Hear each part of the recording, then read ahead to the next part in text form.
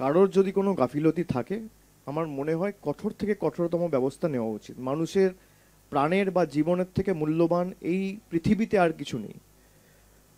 মানুষের জীবন প্রাণ মানে আমাদের কাছে মণিমুক্তের মতো হওয়া উচিত।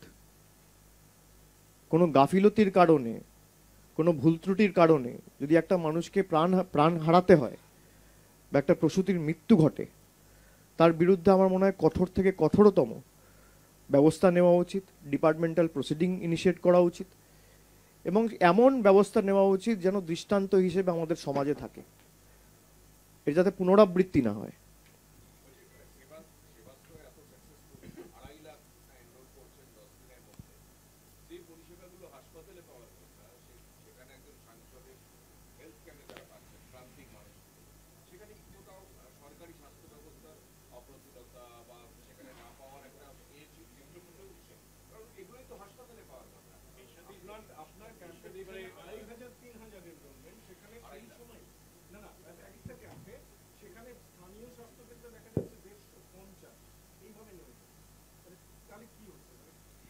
এটা নিয়ে আপনারা আমাকে আগেও প্রশ্ন করেছেন।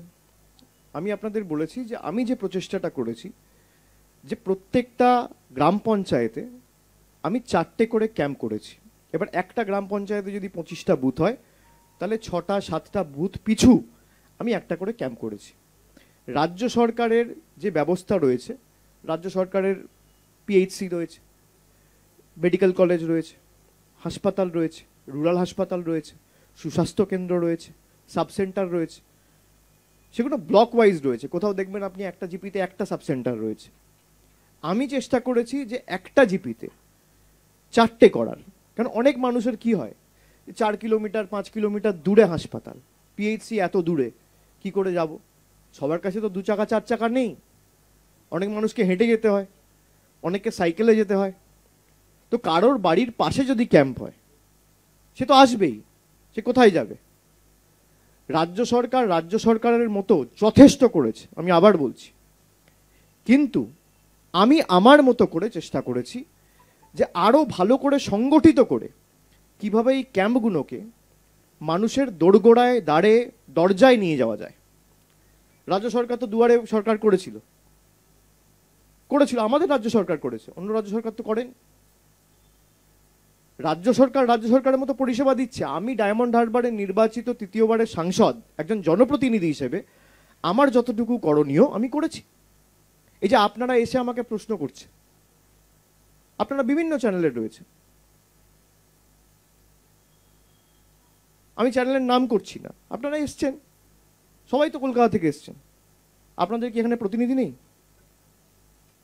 তাহলে এসছেন কেন? তার মানে কি এখানের প্রতিনিধির উপর আপনাদের ভরসা নেই?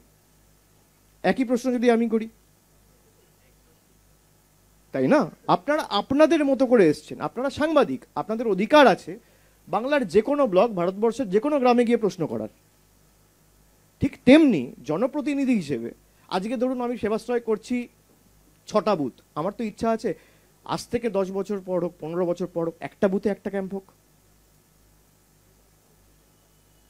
এরই নাম তো জীবন।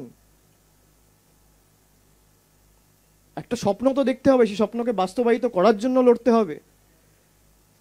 শেষ কহে একদিন সব শেষ হবে, হে আরম্ভ বৃথা তবু অহংকার তবে।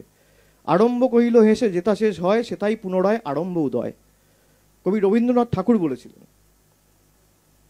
আমি স্বপ্ন দেখব, তবেই তো স্বপ্ন বাস্তবায়িত করব। যখন এই ক্যাম্পের কথা আমি ঘোষণা করেছিলাম, বলেছিলাম এই যে এত বড় কর্মযজ্ঞ কি করে করব ভেবে উঠতে পারিনি।